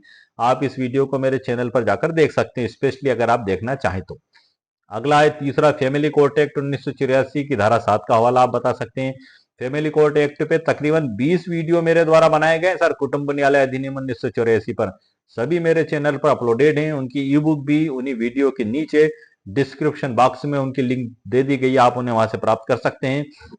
मेरे कई व्यूवर्स पूछते हैं कि सर ये ई बुक कहाँ से प्राप्त होगी, तो ये सर जो वीडियो आप देख रहे हैं ना, इसके नीचे जो डिस्क्रिप्शन बॉक्स होता है वहाँ MORE मोर लिखा दिखाई देता है। आप उस पर क्लिक करेंगे तो पूरा डिस्क्रिप्शन बॉक्स खुल जाएगा। वहाँ ई बुक डाउनलोड का आपको दिखाई देगा, उस पर आप जैसे ही क्लिक करेंगे तो वहाँ बाय नाउ का ऑप्शन दिखाई देगा। वहाँ 199 रुपीज मेरे द्वारा ई बुक की रखी गई है, वो भुगतान करके आप उसे खरीद सकते हैं। ये ईमेल से आपके ईमेल आईडी पर प्राप्त हो जाएगी, मोबाइल पर। वहां पे आप इसको डाउनलोड कर सकते हैं, आपके मोबाइल पर, स्मार्टफोन पर, कंप्यूटर पर आप इसको देख सकते हैं, पढ़ सकते हैं। यदि आपको आवश्यकता महसूस हो तो आप इसकी प्रिंट आउट भी निकाल सकते हैं। ये मात्र एक मार्गदर्शन है आपके निजी उपयोग के लिए। इसे आप किसी कोर्ट में भी नहीं पेश कर सकते, ना ही किसी सरकारी कार्यालय या दफ्तर में। ये सिर्फ एक जिसको कहना चाहिए कि प्रॉब्लम सॉल्यूशन, कि आप ऐसी परिस्थितियों में क्या करें। तो ये एक मार्गदर्शन के उद्देश्य से, कानून की जागरूकता पैदा करने के उद्देश्य से वीडियो मेरे द्वारा बनाया गया। हम आगे बढ़ते हैं सर। इसमें चौथे नंबर पे इंडियन एविडेंस एक्ट का कानून आ गया। इतवारी विरुद्ध असगरी बेगम का मामला है इसमें 1960 का, और मुंशी बजलुर रहमान का 1867 का है, और शरीयत में अलगाव के प्रावधान का भी इसमें उल्लेख किया गया है। तो इस प्रकार से सर ये जो महत्वपूर्ण लॉ और मुंशी बजलुर रहमान का ये पूरा मुकम्मल जानकारी मैंने आपको दे दी है। अब आपके सामने ये चीज स्पष्ट हो चुकी है कि यदि आप दावा लेकर गए और जज साहब ने पूछा किस कानून के तहत लेकर आए, तो आपको क्या बताना है सर उसमें, कि सिविल प्रक्रिया संहिता 1908 की धारा 9 के तहत सर ये दावा पेश किया जा सकता है। कुटुंब न्यायालय अधिनियम 1984 की धारा 7 की उपधारा 2 के तहत भी ये दावा पेश किया जा सकता है। और इसी के साथ जो सबसे महत्वपूर्ण है, जो कंजुगल राइट्स, जो जिसको हम कहते हैं कि मैंने जो आपको शरीयत एक्ट 1937 की धारा 2, ये सभी प्रावधान इस बात की अनुमति देते हैं। और साथ ही बजलुर रहमान का 1867 का मामला, जिसमें अधिकार बिल्कुल बताए गए और बाद के कई प्रकरणों में हवाला दिया गया, ये सभी जानकारी आप कोर्ट में जज साहब को दे सकते हैं और जज साहब को बता सकते हैं कि सर ये इन कानूनों के तहत मैं दावा आपके समक्ष लेकर आया हूं। हालांकि मेरे द्वारा तो सर सिर्फ सिंपल से ही पेश किया गया था, मगर परिस्थिति बन जाती है, लिख दो अच्छा है, हमारा क्या जाता है। जब कानून है तो लिखने में हमारा कोई हर्ज भी नहीं है। अब हम सीधे दावे की ड्राफ्ट पे चलते हैं सर। ये इलाहाबाद उच्च न्यायालय का है, इतवारी बनाम श्रीमती असगरी बेगम का फैसला। ये सब हम इनको बाद में देखेंगे सर। सबसे पहले मैं आपको दावे की ड्राफ्ट की ओर लेके चलता हूं। वाद पत्र, ये आप देख रहे हैं, ये नीचे जो है कि दाम्पत्य संबंधों की पुनर्स्थापना के लिए फॉर्मेट एक वाद पत्र दिया है। दावा बहाली हुकूक जोजियत, इसको उर्दू में कहते हैं, और अंग्रेजी में RCR restitution of conjugal rights, और हिंदी में दाम्पत्य संबंधों की पुनर्स्थापना। आप जैसा चाहे आप दावे में लिख सकते हैं, क्योंकि ये जो मैं कानून बता रहा हूं, ये जो है कि सर मैंने इसको 4 भाषाओं में इसलिए तैयार किया है कि ये सिर्फ भारत तक ही सीमित नहीं है। ये मुस्लिम लॉ है, ये 58 जो मुस्लिम राष्ट्र हैं और जितने भी देश हैं वहां पे अधिकतर अरबी भाषा और उर्दू भाषा का भी इस्तेमाल किया जाता है, इसलिए मेरे द्वारा उन दोनों भाषाओं में भी इस दावे की ड्राफ्टिंग और ई बुक में सारी जानकारी दी गई है, ताकि अन्य लोग भी जो भारत के अंदर रह रहे हैं और भारत के बाहर भी निवास रहते हैं, वो इससे वो कानूनी जानकारी प्राप्त कर सके। हम आगे बढ़ते हैं। पहले सर मैं आपको हिंदी में जानकारी दूंगा। वाद पत्र बहाली हकूक ए जोजियत, सबसे ऊपर तो सर न्यायालय का नाम लिखा जाएगा। ये मेरा प्रैक्टिकली दावा लेके बैठा हूं मैं, कोई बहुत बड़ा रॉकेट साइंस नहीं है, लेकिन फिर भी हमें जब पता नहीं होता है तो ये हमारे लिए रॉकेट साइंस ही बन जाता है कि आखिर ये रॉकेट कैसे उड़ाएंगे और ये साइंस कैसे बनेगा, इसमें क्या फार्मूले क्या समीकरण लागू होंगे। लेकिन जब हमारी समझ में आ जाता है तो बड़ा आसान है सर। सबसे ऊपर लिखना है आपको न्यायालय। ये मेरा सर प्रैक्टिकल दावा है जिसके आधार को मिला के, और इसमें जो मैंने ड्राफ्टिंग की है दोनों के कॉम्बिनेशन से आपको बता रहा हूँ। न्यायालय श्रीमान व्यवहार न्यायाधीश महोदय वर्ग 2 और आपकी तहसील जिला प्रदेश। लेफ्ट साइड प्रकरण क्रमांक और राइट साइड वादी और प्रतिवादी के पूरे नाम पते आधार कार्ड के हिसाब से लिखें। यही मैंने इसमें लिखा हुआ है। इसमें वादी में मैंने काल्पनिक नाम लिखा है मोहम्मद राशिद अली, पिता का नाम हाफिज अब्दुल रहीम, पता मोहल्ला नई बस्ती, थाना सिटी कोतवाली, जिला भोपाल, मध्य प्रदेश। यह पति के विवरण है, मतलब इसमें मोबाइल नंबर भी लिख दें आपके पास हो तो, ईमेल आईडी भी लिख दें आपके पास हो तो। प्रतिवादी में आपकी पत्नी का नाम लिख दें आप, जो आपसे रूठ के चली गई हैं, जिनको लाने के लिए आपको अदालत की शरण में जाना पड़ रहा है। यदि आपकी नीयत सच्ची है और आपका अंदर वास्तव में उनसे सच्ची मोहब्बत है तो आपको उसमें इंशाल्लाह जरूर कामयाबी मिलेगी। और जैसा कि मैंने अभी आपको बताया कि आपने चालाकी से उसके खर्चे के मुकदमे से बचने के लिए आप उसको एक बतौर हथियार के दावा पेश कर रहे हैं, तो आपको सर कोई सफलता मिलने की संभावना नहीं है, पक्की बात है, आप मान के चलना। अब इसमें हम आगे बढ़ते हैं। क्योंकि आप तो फिर एक कपटी व्यक्ति हो गए, आप तो एक धोखेबाज व्यक्ति हो गए, आप एक फरेबी व्यक्ति हो गए। आपने एक तो उसके साथ मारपीट की, दहेज मांगा, टार्चर करके घर से भगा दिया, आप लाने की इच्छा कतई नहीं रखते। जब उसने आपके ऊपर 2 4 5 दावे लगा दिए, घरेलू हिंसा का दावा लगा दिया उसने, जो है कि मेंटेनेंस का लगा दिया उसने, दहेज का लगा दिया उसने, ऐसे 5 6 मुकदमे लगे, आपके पास अदालत के नोटिस आए, पुलिस आपको ढूंढने लगी, आप भागे भागे वकील साहब के पास गए और आप जो है कि कंजुगल राइट्स का दावा लेकर आ गए। तो ऐसे दावे सर आपको उसमें सफलता मिलने की संभावना नहीं है, क्योंकि आप दुर्भावना पर आधारित हैं। लेकिन यदि इतना कुछ हो भी गया आपके ऊपर, यदि इतने मुकदमे लग भी गए और वास्तव में आप सच पे हैं, सच बड़ा महत्वपूर्ण है सर। सच हाँ परेशान हो सकता है लेकिन हार नहीं सकता। और आपके अंदर की जो सच्ची नियत और भावना है वो उसका नूर सब जगह बिखेरती है। आप फीलिंग्स करेंगे, आप जब जज साहब के सामने भी खड़े होंगे तो आपके अंदर की जो सच्ची भावना है वो जज साहब भी महसूस करेंगे, आपकी पत्नी भी महसूस करेगी, अदालत के मौजूद प्रत्येक बाबू, अदालत के अंदर मौजूद प्रत्येक वकील साहब, आपके पक्ष विपक्ष सब उस सच्ची भावना को महसूस करेंगे। और कहीं ना कहीं कोर्ट के बाहर निकलने के बाद कहेंगे कि नहीं ये व्यक्ति अच्छा और सच्चा व्यक्ति है, और इनके बीच में राजीनामा हो जाएगा। मतलब सच छिपता नहीं है सर, आप कितना ही छिपाएं। हम आगे बढ़ते हैं। मैं जो समझाना चाह रहा हूं आप समझ चुके होंगे, मुझे पूरी उम्मीद है। अब वाद की जो प्रकृति है सर इसमें मुस्लिम, अब ये सर हम यहाँ आ चुके हैं। जो चीज अक्सर जज साहब जो पूछते हैं वो क्या लिखा जाएगा, तो वो पॉइंट पे आ चुके हैं। मैं इसको ऑनलाइन हाईलाइट कर रहा हूँ आपके सामने ताकि आपको ये दिख भी जाए। ये मैंने इसको हाईलाइट कर दिया सर ताकि आपको समझ में जाए। इसमें आप लिखें मुस्लिम पर्सनल लॉ कोष्टक में शरीयत एप्लीकेशन एक्ट 1937 एवं कोड ऑफ सिविल प्रोसीजर 1908 की धारा 9 के अंतर्गत दाम्पत्य संबंधों की पुनर्स्थापना हेतु वाद। आप चाहें तो कोर्ट में जज साहब के समक्ष जब दावा लेके जाएं तो आप ये लाइन उसमें ऊपर लिख सकते हैं। इन दोनों कानूनों के तहत आपका दावा कोर्ट में जज साहब के समक्ष पेश किया जाएगा। और मैंने जो लिखा हुआ है, वाद दाम्पत्य संबंधों की पुनर्स्थापना की घोषणा किए जाने हेतु वाद मूल्य 500 रुपए, निश्चित न्याय शुल्क 500 रुपए पर वाद पत्र पेश है। क्योंकि वर्ग 2 जो है व्यवहार न्यायाधीश वर्ग 2, इसमें जो घोषणात्मक वाद हैं उनका वाद निश्चित वाद मूल्य निश्चित न्याय शुल्क 500 रुपए नियत किया गया वर्ग 2 में। वर्ग 1 में 1000 किया गया है। इस प्रकार से एडीजे कोर्ट में जो है कि 2000 किया गया है। तो ये वर्ग ए 2 में मेरे द्वारा पेश किया गया, इसलिए इसमें 500 रुपए की न्याय शुल्क इसमें अदा की गई थी। और साथ ही शपथ पत्र भी उसका लगाया गया था। सूची अनुसार दस्तावेज भी पेश किए गए थे। आदेश 7 नियम 14 सिविल प्रक्रिया संहिता 1908 में प्रावधान दिए गए हैं कि वादी जो वाद लाता है तो सूची अनुसार उसके दस्तावेज न्यायालय में लगा के पेश करेगा। प्रतिवादी अधिवक्ता को उसकी कॉपी दी जाएगी तामील होने के बाद, जब वो उपस्थित होंगे जवाब देने के लिए। तो ये सभी कानूनी प्रावधानों का इसमें पालन किया जाएगा। प्लीडिंग में आदेश 6 सिविल प्रक्रिया संहिता 1908 में जो नियम बताया गया उनका पालन करना है। आपको कानून की धारा नहीं लिखना है, कायदे से तो धारा का उल्लेख नहीं होगा, जजमेंट का उल्लेख नहीं होगा, हाई कोर्ट सुप्रीम कोर्ट के उनका उल्लेख नहीं होगा। सिर्फ आप प्लीडिंग के अंतर्गत उन बातों को आप लिख सकते हैं और बाद में उनपे वो सुप्रीम कोर्ट के जजमेंट, वो धाराएं किस प्रकार से अप्लाई होंगी आपको बताना होगा। लेकिन चूंकि ये बिरले मामले मुस्लिम विधि के तहत अक्सर ऐसी परिस्थिति बन जाती है कि कई बार जज साहब लोग ऐसा सवाल उठा लेते हैं, तो इसलिए आप यहाँ पे लिख दें जो मैंने आपके सामने स्क्रीन पे आप देख रहे हैं लिखा हुआ है, मुस्लिम पर्सनल लॉ शरीयत एप्लीकेशन एक्ट 1937 एवं कोड ऑफ सिविल प्रोसीजर 1908 की धारा 9 के अंतर्गत दाम्पत्य संबंध की पुनर्स्थापना हेतु वाद मूल्य 500 रुपए और न्याय शुल्क 500 रुपए पर वाद श्रीमान के समक्ष पेश है। अब हम इसके आगे बढ़ते हैं सर। ये हमारी चीज स्पष्ट हो गई सर। जो जज साहब हमसे सवाल करते हैं तो सवाल का जवाब मैं आपको यहाँ पे दे चुका हूं। अब हम आगे बढ़ते हैं। इसमें वाद का विस्तृत विवरण आपको लिखना होगा।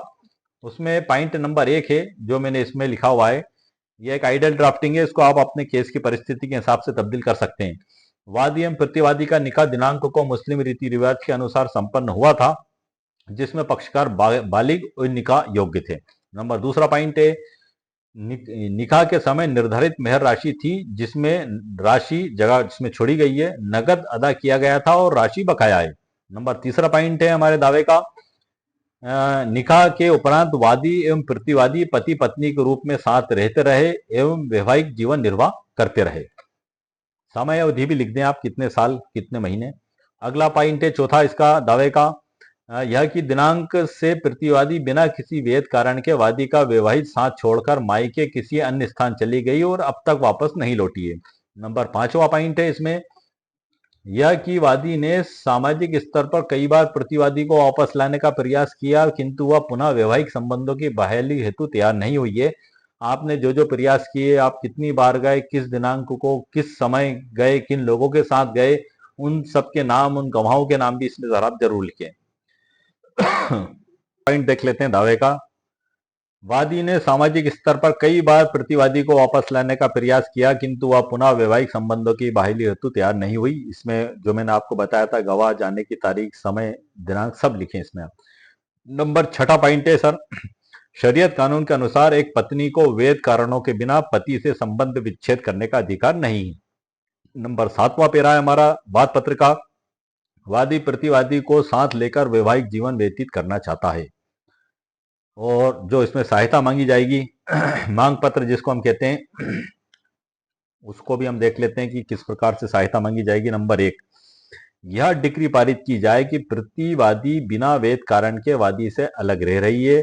इस कारण नंबर 2 सी प्रार्थना है, प्रतिवादी को आदेशित किया जाए कि वह वादी के साथ वैवाहिक जीवन पुनः प्रारंभ करे एवं उसके घर लौट आए। नंबर 3 है, वादी को वाद व्यय एवं अन्य युक्त राहत प्रदान की जाए जो न्यायालय उचित समझे। और नीचे सत्यापन होगा, मैं वादी उपयुक्त इस वाद पत्र में दी गई जानकारी को सत्य एवं अपने ज्ञान एवं विश्वास के अनुसार सही घोषित करता हूं। नीचे दिनांक, स्थान, हस्ताक्षर वादी और हस्ताक्षर वादी का अधिवक्ता। और संलग्न जो दस्तावेज हैं उसमें निकाहनामे की प्रति। नंबर 2 है आधार कार्ड या अन्य कोई भी आइडेंटिटी प्रूफ। नंबर 3 है पत्राचार या सामाजिक प्रयास का साक्ष्य यदि कोई हो, जो आपने उनको लाने की कोशिश की, जो आपके मीडिएटर थे, जो आपके गवाह थे, उनको भी आप साथ में सूची अनुसार गवाहों की सूची भी आप पेश करें, दस्तावेज सूची भी आप पेश करें। और चौथा वकील का वकालतनामा और 100 रुपए की प्रोसेसिंग शुल्क सर आप जरूर ध्यान रखना क्योंकि पहले प्रोसेसिंग शुल्क अदालत में टिकट चस्पा करके तलवाने पर ली जाती थी कि जब भी हम तलबाना पेश करते थे तो उस पर 2 रुपए या 5 रुपए की टिकट लगाई जाती थी। लेकिन अब नियम बदल गए हैं, आप ऑनलाइन 100 रुपए प्रोसेस शुल्क आप जमा करा दें और फिर आप सिर्फ तलबाना पेश करें, हर बार आपको टिकट लगाने की आवश्यकता नहीं है। 500 रुपए का जो कोर्ट फीस है आपको वो भी उसके साथ संलग्न करना है। वाद पत्र 2 हरी प्रतियों में पेश होगा। वाद पत्र के साथ सूची अनुसार दस्तावेज पेश होंगे। वाद पत्र में वाद कारण भी लिखा जाएगा, पूरा विवरण लिखा जाएगा, घटना का उल्लेख लिखा जाएगा। ये सारी चीज सर आपको इसमें पेश की जाएंगी। अगला उर्दू भाषा में मैं आपको वो भी बता दूंगा, लेकिन मैंने जो प्रैक्टिकली जो पेश किया उसमें बता दूं सर आपको कि इसमें क्षेत्राधिकार का पहला पॉइंट इसमें लिखा है कि वादी की ओर से वाद निम्नानुसार प्रस्तुत है जुरिडिक्शन का, कि वादी और प्रतिवादी यहाँ निवासी है, वाद कारण यहाँ उत्पन्न हुआ है, इसलिए वाद को सुनवाई का क्षेत्राधिकार माननीय न्यायालय को होने से वाद पत्र माननीय न्यायालय को सदर प्रस्तुत है। दूसरा है, वादी और प्रतिवादी सुन्नी हनफी मुस्लिम विधि से शासित होते हैं। ये मैंने विशेष तौर से लिखा है क्योंकि शिया विधि भी है, सुन्नी विधि भी है, हनफली है, शफी है, मालिकी है, 4 इमाम साहब हुए हैं। सभी का कुछ थोड़ा बहुत उसमें डिफरेंस हो सकता है, बाकी लगभग सब एक ही है। और वादी प्रतिवादी का निकाह जिस दिनांक को हुआ, चौथे पैरा में लिखा हुआ है। और तीसरे पैरा में, चौथे पैरा में निकाह के बाद 2-3 साल तक वो साथ अच्छे से रहे, फिर जो भी झगड़ा विवाद उनके बीच बनने लगा, जो सारे वजहें वो आप उसमें लिख दें। 5वें पैरा में जो आपने लाने के प्रयास किए, पूरी घटना का विवरण सर आप डिटेल में लिख दें, मैं आपको खाली एक आइडियल रूप से बता रहा हूं मैं। और आपने जो लाने के प्रयास किए आप उनको भी उसमें उल्लेखित करें। और उसके बाद जो है कि न्यायालय को आपको साबित करना होगा कि ये बिना किसी वेद कारण के आपको छोड़कर गई हुई है। प्रतिवादी ने बिना कोई वेद कारण के वादी के साथ दाम्पत्य संबंधों का पालन करने से इनकार कर दिया है और बिना बताए घर छोड़कर चली गई है 8वें पैरा में। और ये जो है कि वाद पत्र उचित न्याय शुल्क पर नियत समय अवधि में दस्तावेज के साथ वकील पत्र, शपथ पत्र, वादी का रजिस्टर्ड पता, पुरुषेश शुल्क, वाद पत्र 2 प्रति के साथ प्रस्तुत है। ये सारी चीजें आपको इसमें लिखनी होंगी वाद पत्र के अंदर। और अंत में जो है कि जो सहायता आपकी मांगी जाएगी, इसमें मैंने जो सहायता लिखी है सर मैं आपको पढ़ के बता देता हूँ कि वादी के पक्ष में निम्नानुसार आज्ञप्ति पारित की जाए या कि वादी प्रतिवादिनी के साथ दाम्पत्य संबंधों की पुनर्स्थापना कर दाम्पत्य जीवन व्यतीत करने का अधिकारी है। परिणाम स्वरूप प्रतिवादिनी को आदेशित किया जाए कि वह वादी के साथ दाम्पत्य जीवन का निर्वाह प्रारंभ करे। ये मेरे द्वारा प्रैक्टिकली लिख के कोर्ट में दावा पेश किया गया है। जो मैंने दावा पेश किया उसी की भाषा शैली में आपको पढ़ के बता रहा हूँ। और आपके लिए आइडियल मैंने दावे की ड्राफ्टिंग सभी कानूनी जो पॉइंट है उनको शामिल करते हुए इस ई बुक के अंदर तैयार करके रखी है। आप इसी में से मैं जानकारी भी दे रहा हूँ सर, क्योंकि मैंने जो पहले मैं वीडियो बनाता था तो मेरे कई व्यूअर्स बाद में कहते थे कि सर इसका पीडीएफ आप हमें दें, तो इसलिए मैं सर अब पीडीएफ भी बना देता हूँ वो ई बुक के रूप में। यदि आपको इसकी आवश्यकता महसूस होती है तो आप इसको खरीद भी सकते हैं। 199 रुपीज कीमत इसकी मेरे द्वारा रखी गई है। इसकी लिंक इसी वीडियो के नीचे डिस्क्रिप्शन बॉक्स में मैंने दे दी है। आइए सर हम आगे बढ़ते हैं। और अन्य न्यायिक सहायता जो माननीय न्यायालय उचित समझे वो उनको दी जाए। इसी प्रकार से इसके साथ जो मैंने आपको बताया था कि मेरे द्वारा शपथ पत्र भी इसके समर्थन में लगाया गया था और 100 रुपये की पुरुषेश शुल्क का ये लगाया गया था। ये जो है कि high court of Madhya Pradesh receipt ये है उसकी, वो जो ऑनलाइन रसीद बनती है तलबाना शुल्क की, एक बार आपको देना पड़ेगा।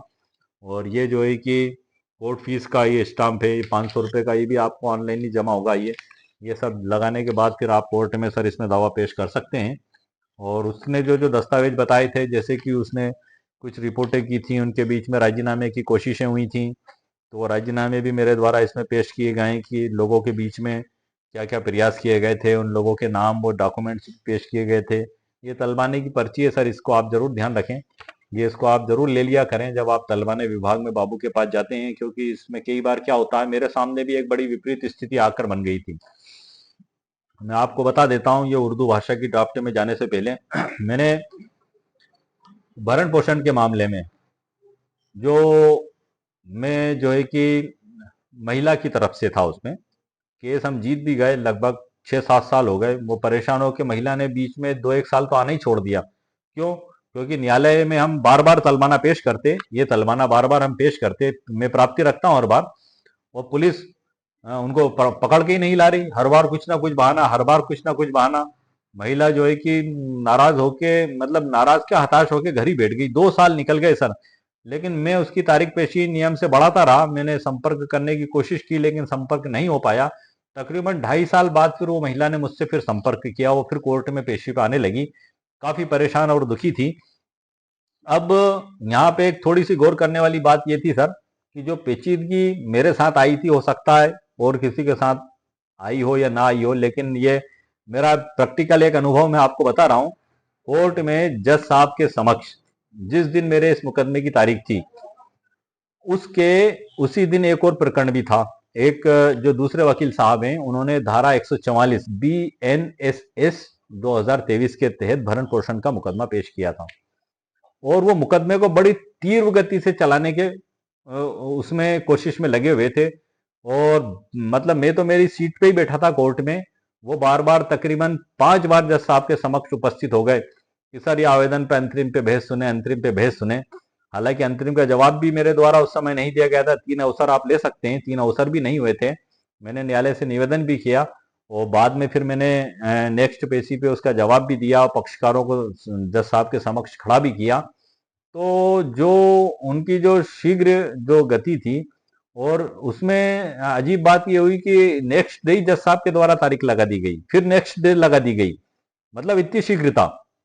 तो मुझे उसमें कोई दिक्कत नहीं थी। तो उसी समय मैंने ये जो मुकदमा था सर, जो मेरे पास काफी सालों से विचाराधीन था, मैंने जज साहब के समक्ष फाइल रखी कि श्रीमान आप इसमें डे टू डे आप तारीख लगा रहे हैं, मुझे कोई आपत्ति नहीं है इसमें। सामने वाले वकील साहब आप पे बार बार आपसे निवेदन कर रहे हैं और आप उनके निवेदन को काफी ध्यानपूर्वक सुन भी रहे हैं। तो ये जो मेरी पक्षकार है ये भी काफी पीड़ित हैं और तकरीबन 8 साल से इनको ना तो खर्चा मिला है और ना ही पुलिस उनको पकड़ कर ला रही है। आखिर क्या रीजन है सर? आप इस फाइल को देखें और इसको भी सर डे टू डे लगाएं आप। अब मेरा ये निवेदन था, तो हमारी जो जज साहिबा हैं, वो जज साहिबा को ये बात बड़ी बुरी लगी।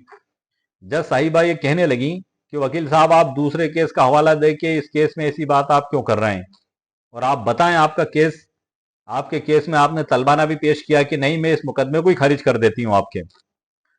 अब एक सोचने वाली बात है कि मैंने जो है कि मेरे पीड़ित पक्ष की तरफ से बात जज साहिबा के समक्ष रखी।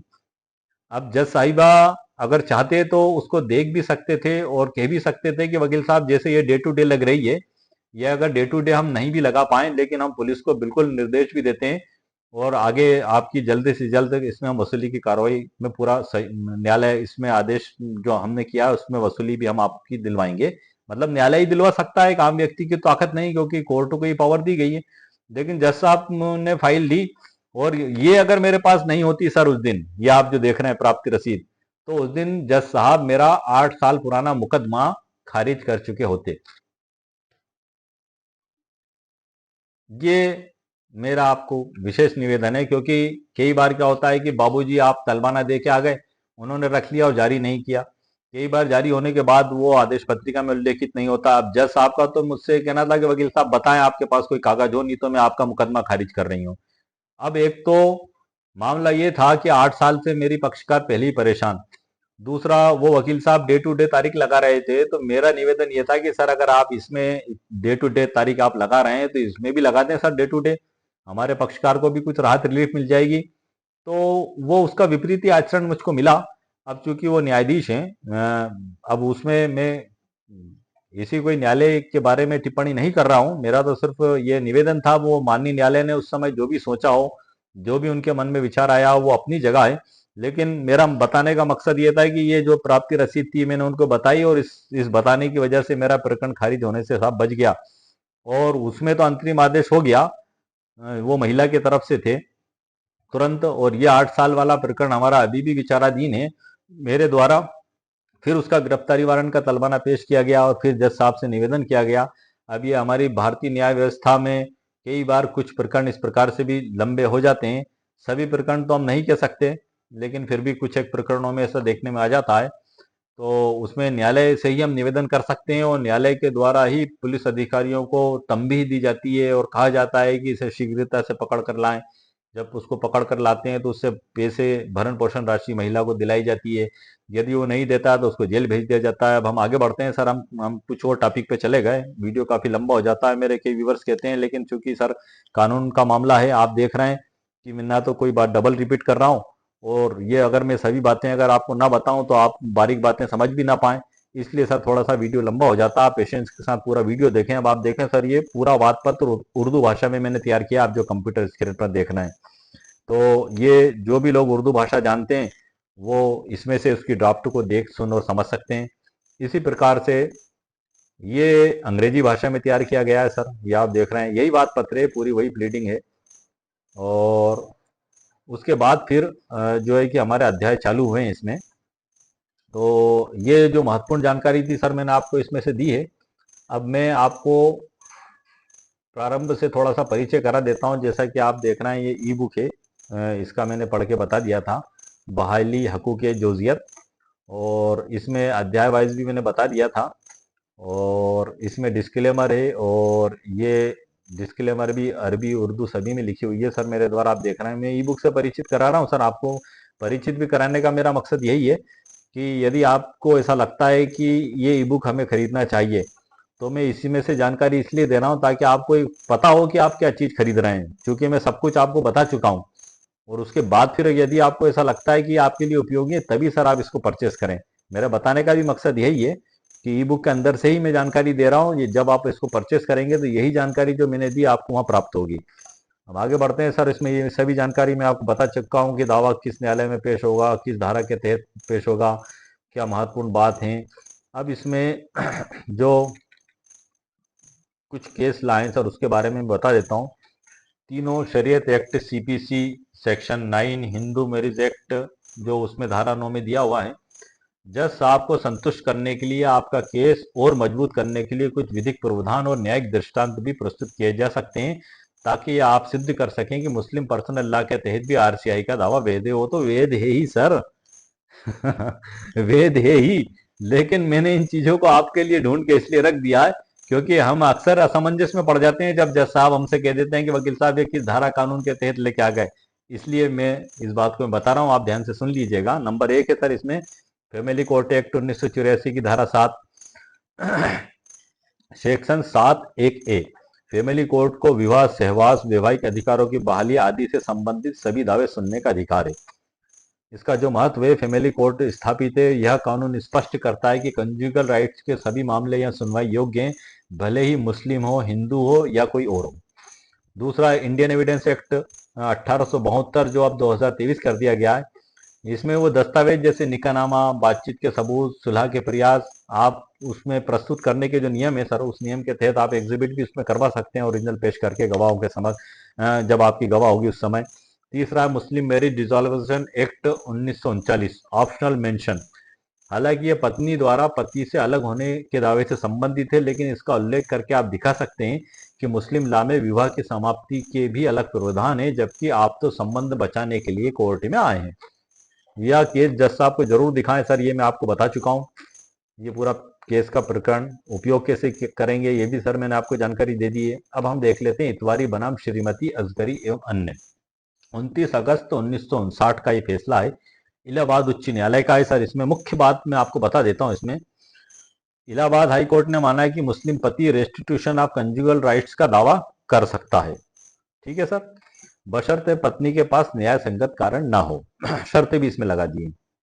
इतवारी बनाम असगरी बेगम का जो मामला है, इसमें इलाहाबाद उच्च न्यायालय ने एक मुस्लिम पति द्वारा दूसरी शादी करने के बाद अपनी पहली पत्नी के विरुद्ध वैवाहिक अधिकारों की बहाली के लिए दायर मुकदमे पर विचार किया। मतलब दूसरी शादी भी कर ली थी इन्होंने। अदालत ने माना कि मौजूदा सामाजिक परिस्थितियों में पति द्वारा दूसरी पत्नी रखने का कृत्य क्रूरता है तथा पहली पत्नी को उसके साथ रहने से इनकार करने का उचित आधार प्रदान करता है। अदालत यह भी कहा कि यदि पति ने दूसरी शादी कर ली है तो मुस्लिम पत्नी उसके साथ रहने से इनकार कर सकती है, यहाँ तक कि क्रूरता के सबूत के अभाव में भी, यदि परिस्थितियों के कारण उसे वापस लौटने के लिए मजबूर करना अन्यायपूर्ण होगा। और इसमें जो मुख्य पहलू हैं वो भी इसमें बताए गए हैं, लेकिन मुख्य बात सर मैंने आपको पढ़ के इसमें बता दी है। इसका कानूनी विश्लेषण है जो जजमेंट के पैरा क्रमांक 17 में दिया गया है इलाहाबाद उच्च न्यायालय को, वो वैसा की वैसी मैंने इसमें प्रिंट कर दिया है उन्हीं शब्दों को। और ये वाद का जो बहाली हकूक में आपको सर बता चुका हूँ। और ये आगे की जो अरबी भाषा में, उर्दू भाषा में, अंग्रेजी भाषा में बता चुका हूँ। हम आगे बढ़ रहे हैं उस टॉपिक की ओर जो हम आगे देख रहे हैं सर। अब हम इसमें अध्याय 1 को समझ लेते हैं थोड़ा सा। अध्याय 1 में जो बताया गया है,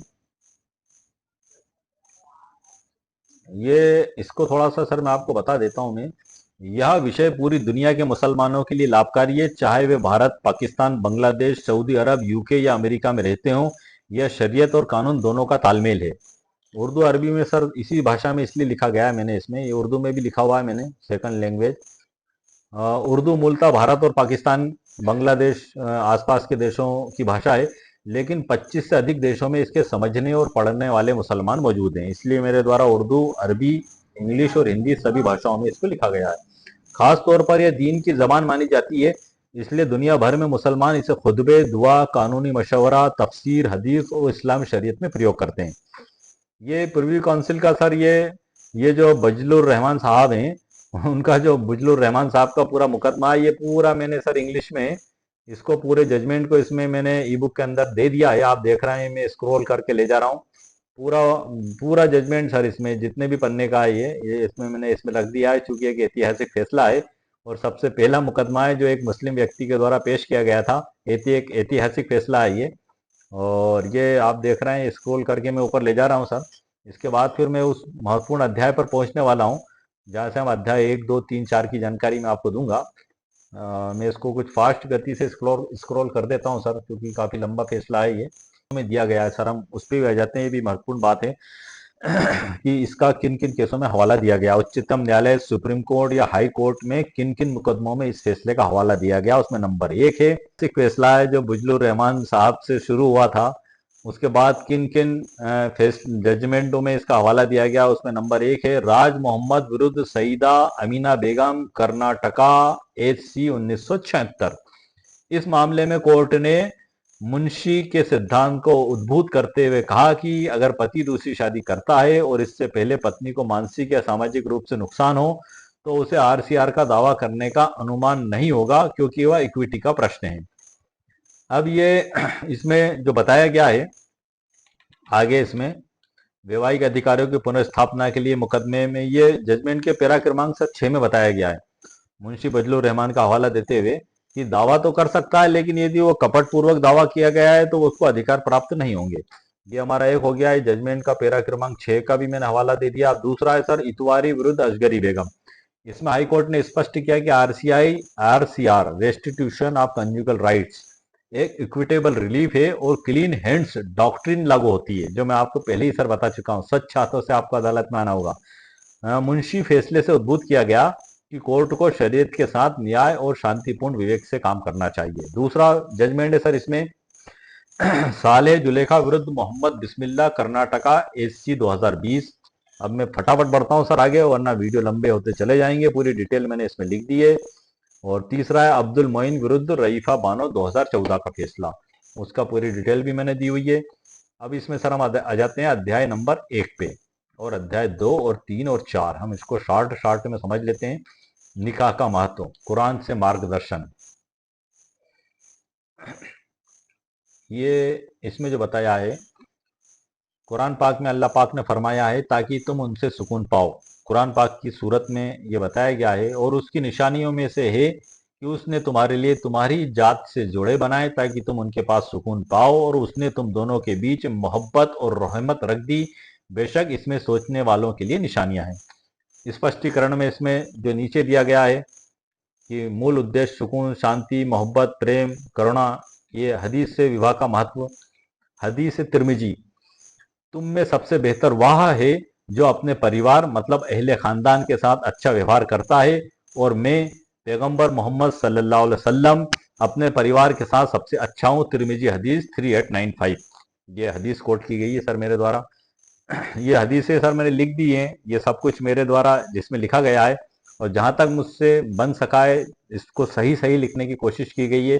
लेकिन चूंकि मैं एक एडवोकेट हूँ, और जो आलिम साहब और मुफ्ती साहब होते हैं वो एक इसके विशेष तौर से विशेषज्ञ माने जाते हैं, इसलिए आप इस टॉपिक पे कुछ भी अमल करने से पहले आप उनसे सलाह मशवरा ज़रूर करें, उसके बाद ही आप सर इसको आगे अमल करें।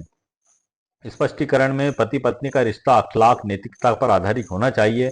पति जहां पत्नी का हक है, वहीं पत्नी पर भी पति की फर्माबरदारी एवं धार्मिक जिम्मेदारी बताई गई है। शरीयत में पत्नी के कर्तव्य हैं कि पति के साथ रहना चाहिए, और फिकी हनफी के अनुसार पत्नी बिना उचित कारण के पति का घर छोड़ दे तो उसे नशीजा अवज्ञाकारी माना जाएगा, और उसे नफका मेंटेनेंस का हक नहीं होगा। फतवा आलमगिरी जिल्द 1 बाबू नफका, ये इसमें बताया गया है। लेकिन यदि वो उससे उल्टा ही होता है कि उसको भगाया गया, मारा पीटा गया, तो वहां परिस्थिति लागू नहीं होगी। और मना फरमानी से बचना, पत्नी पर यह जरूरी है कि वह पति के शरीयत के दायरे में दिए गए आदेशों का पालन करे। क्योंकि ये पति की ओर से पेश किया जा रहा है, इसलिए महिलाओं के बारे में जो अधिकार दिए गए मैं बता रहा हूँ। इसी प्रकार से पुरुषों पर भी बहुत सी लाइबिलिटीज बताई गई हैं इस्लाम धर्म में। ऐसा नहीं है कि सिर्फ पत्नी को ही उनका पालन करना है, पति को भी उनका पालन करना है। ताली एक हाथ से नहीं, दोनों हाथों से बजेगी। लेकिन चूंकि हम पति की ओर से पुनर्स्थापना की दावा पेश कर रहे हैं, इसलिए मैं इसी मुद्दे पर बता रहा हूँ कि पत्नी के क्या हुकूक हैं। यदि आपको लगता है कभी, तो मैं पति के क्या हुकूक हैं उस पर भी एक वीडियो आपके लिए इंशाल्लाह बना दूंगा। नाफरमानी से बचना, हदीस है, अगर मैं किसी को किसी के सामने सजदा करने की इजाजत देता तो पत्नी को हुक्म देता कि वह अपने पति को सजदा करे, इतनी ताजीम का हक रखता है। अबू दाऊद हदीस 2140। स्पष्टीकरण, पति के महत्व को बताया गया है। पत्नी का भी महत्व है सर, मैंने आपको बता दिया। यह हदीस सम्मान का प्रतीक है कि ना कि सचमुच सजदा करने की अनुमति। एक वो उपमा दी गई है, पति की जायज बात मानना इबादत है, लेकिन अन्याय या शरीयत के विरुद्ध बात को मानना गुनाह है। बिना इजाजत घर छोड़ना हराम है। शरीयत में पत्नी को बिना पति की इजाजत घर से निकलना मना है, जब तक कि जान का खतरा हो, पति खुद शरीयत की सीमाएं तोड़ रहा हो। हदीस बुखारी, औरत अपने घर से बिना इजाजत ना निकले जब तक पति उसे अनुमति न दे। भारतीय मुस्लिम कानून में भी अगर पत्नी बिना उचित कारण के पति का घर छोड़ती है तो भारतीय न्यायालयों में restitution of conjugal rights RCR का केस उसके खिलाफ दायर किया जा सकता है। इसी प्रकार से न्यायिक व कानूनी समर्थन जो एक्ट इसमें बताए गए, इतवारी बेगम, मुंशी फजलुर रहमान, ये सभी इसमें बताए गए। और दुनिया भर के मुसलमानों के लिए जो संदेश है कि निकाह केवल दुनियावी अनुबंध नहीं है, बल्कि अल्लाह की एक निशानी है जो इंसान को सुकून, प्रेम और सुरक्षा प्रदान करती है, जिना और बुरी आदतों से भी रोकती है, आधा ईमान है। शरीयत और हदीस दोनों यह सिखाते हैं कि पति पत्नी दोनों को एक दूसरे का सम्मान और साथ निभाना चाहिए। निष्कर्ष क्या है सर इसमें? निकाह का सही मतलब है सुकून, वफादारी, शरीयत के दायरे में रहकर एक दूसरे की मदद और सम्मान करना। इसी प्रकार से निकाह का महत्व और उसमें जो मकसद है जो मैंने आपको बताया, एक हदीस तिरमिजी की है कि सबसे बेहतर वह है जो अपने परिवार के साथ अच्छा व्यवहार करे। तिरमिजी की हदीस है ये। और ये सर इसके बाद मैंने ये अरबी भाषा में लिखा हुआ है, जो पूरा मैंने आपको जानकारी दी, आप देख रहे हैं। उसके नीचे उर्दू भाषा में लिखा हुआ है, उसके नीचे इंग्लिश में लिखा हुआ है। अध्याय 2 को भी समझ लेते हैं। पत्नी द्वारा बिना कारण घर छोड़ना शरीयत और फिकह के अनुसार। फिकह हनफी के अनुसार जब पत्नी बिना शरई वजह के, जैसे कि अत्याचार, जान को खतरा, जुल्म आदि, पति से अलग होकर रहने लगे तो उसे नुशूज कहते हैं। नुशूज का अर्थ है पति की वेद बातों की अवज्ञा करना। नंबर दूसरा है कुरान सूरह अल निसा, और जिन औरतों से तुम्हें नाफरमानी का अंदेशा हो तो पहले उन्हें समझाओ, फिर अगर ना माने उनके बिस्तर अलग कर दो। फिर आखिरी उपाय में हल्की मार की इजाजत है, लेकिन अगर वे मान जाए तो उनके खिलाफ रास्ता मत तलाश करो। ये इसमें हदीस शरीफ भी बताई गई है बुखारी शरीफ की, कि जब कोई औरत अपने पति के बिस्तर से बगैर वजह दूर रहती है तो फरिश्ते पूरी रात उस पर लानत करते हैं। इस्लामी कानून में इसकी जो समाधान है, अगर पत्नी घर छोड़ देती है और पति उसे वापस बुलाना चाहता है तो पहले सुलह की कोशिश होनी चाहिए। इस्लामी काजी, दीवानी अदालत, आप इनको उसमें बीच में ले सकते हैं। शरीयत के न्याय और सुलह को प्राथमिकता दी गई है। उसी प्रकार से ये अरबी भाषा में लिखा गया है सर, फिर उसके बाद उर्दू में लिखा गया और अंग्रेजी में लिखा गया है। और अध्याय 3 में भारतीय कानून में पति का अधिकार। मुस्लिम पर्सनल लॉ 1937 आपको बता दिया सर। सिविल प्रोसीजर कोड 1908 की धारा 9 ये आपको मैंने बता दिया, वही मैंने लिखा हुआ है। फैमिली कोर्ट एक्ट 1984 की धारा 2 ये आपको बता दी है मैंने। और प्रमुख केस लॉ जो मैंने आपको बता दिए हैं। ये सभी जो जानकारी है मैंने अरेबिक भाषा में भी लिखी है सर, आप देख रहे हैं इसमें। और उसके बाद उर्दू भाषा में भी इसको लिखा है मैंने, और उसके बाद इंग्लिश भाषा में भी इसको लिखा है। और अंत अध्याय आता है हमारा सर समाधान, सुलह और दुआ। शरीयत के अनुसार समाधान का रास्ता क्या अपनाया जा सकता है? कुरान पाक में जो अल्लाह पाक फरमाते हैं, अगर तुम्हें पति पत्नी के बीच झगड़े का डर हो तो एक सुलह करने वाला मर्द के रिश्तेदारों से और एक औरत के रिश्तेदारों से बुलाओ। अगर दोनों सुलह करना चाहें तो अल्लाह उनके बीच में मेल कर देगा, सुलह करा देगा। यह आयत बताती है कि विवाद होने की स्थिति में सबसे पहले सलाहकार मध्यस्थ की वजह से सुलह की कोशिश की जानी चाहिए। इसमें जो हदीस है, सबसे बेहतर वह है जो लोगों के बीच सुलह कराए। अबू दाऊद, तिरमिजी। वकील प्लस स्कॉलर की भी आप मदद ले सकते हैं। यदि पत्नी वापस ना लौटे तो फिर उसके बाद आप उसको साथ में रहने का दावा भी लगा सकते हैं। बच्चों की हिफाजत, कस्टडी, ये सब जानकारी दी गई है। ये आगे आप जो देख रहे हैं सर, ये अरेबिक भाषा में लिखा गया है मैंने। उसके बाद फिर उर्दू भाषा में इसी को लिखा गया और इंग्लिश में भी लिखा गया है। और अंत में सर ये बुक का समापन है, ये भी हिंदी, अरबी, उर्दू और अरेबिक सभी भाषाओं में मेरे द्वारा ये इसमें जानकारी दी गई है। तो ये ई बुक है सर, ये उसका टाइटल आप देख रहे हैं, मुस्लिम ला में पत्नी घर छोड़ दे तो क्या करें। ये बहाली हकूक जोजियत ये जो दावा है, तो ये दावा किस प्रकार से पेश होगा, इसके संबंध में सर मैंने मुकम्मल कानूनी जानकारी आपको दे दी है। लास्ट में एक बार और बता देता हूँ कि जब भी आप दावा लेके जाते हैं तो कोई ज़रूरी नहीं है कि उसमें कानून धारा ये लिखी जाए, लेकिन यदि जज साहब आपसे सवाल कर लेते हैं तो आप उनको बता सकते हैं कि सर ये शरीयत एक्ट 1937 की धारा 2 के तहत कानूनी अधिकार दिए गए हैं, सिविल प्रक्रिया संहिता 1908 की धारा 9 के तहत ये अधिकार प्रदान किए गए हैं, और जहां फैमिली कोर्ट हैं, कुटुंब न्यायालय जो है कि कुटुंब न्यायालय अधिनियम 1984 की धारा 7 की उपधारा 2 के तहत भी सर ये कानूनी अधिकार दिए गए हैं।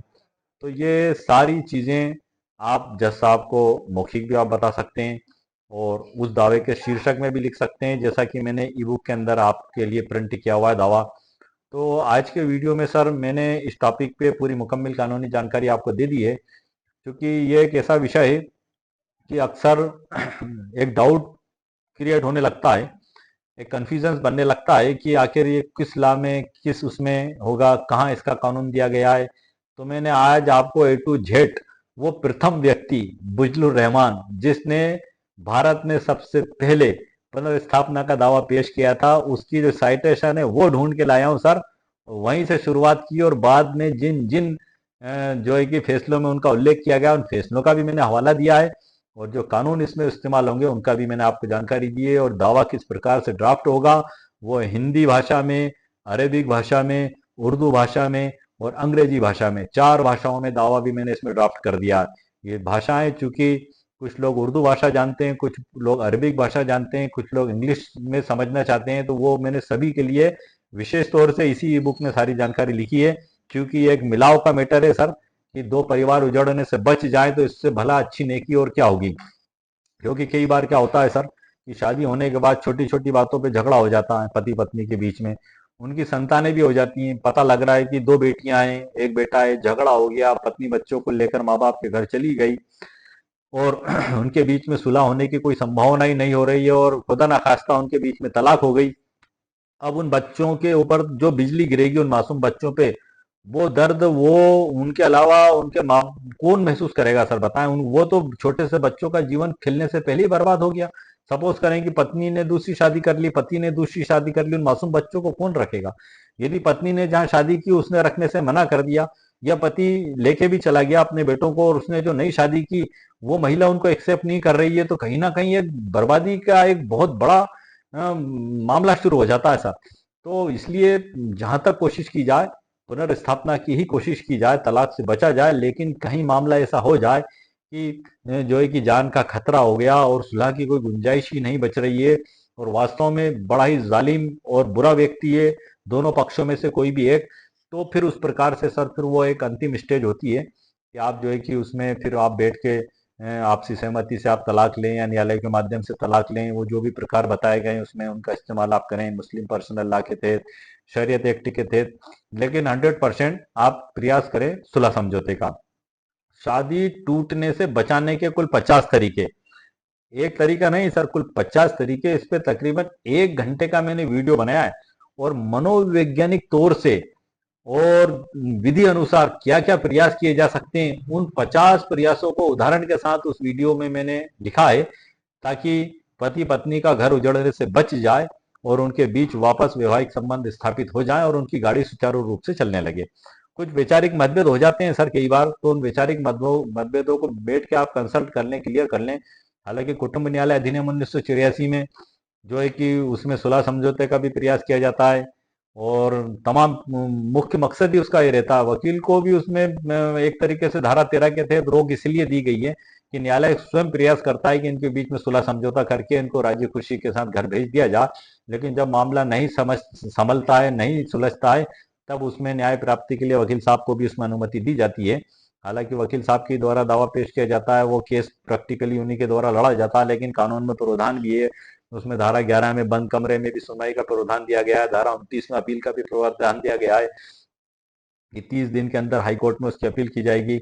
इन पे सब पे सर मैं स्पेशल वीडियो बना चुका हूँ। इन सभी पे सर मैं स्पेशल वीडियो बना चुका हूं जो मेरे चैनल पर अपलोडेड है, आप वहां देख सकते हैं। वाद पत्र कैसे लिखा जाएगा इस पे भी सर मैंने एक स्पेशल वीडियो बनाया है। उसमें सिविल प्रक्रिया संहिता 1908 के किन किन आदेशों का, किन किन धाराओं का किस प्रकार से पालन किया जाएगा वो पूरी डिटेल जानकारी दी है। वाद पत्र को किस प्रकार से लिखा जाएगा, वाद पत्र लिख के भी ई बुक के अंदर प्रिंट कर दिया है। उस ई बुक के लिंक उस वीडियो के नीचे डिस्क्रिप्शन बॉक्स में भी मेरे द्वारा दे दी गई है।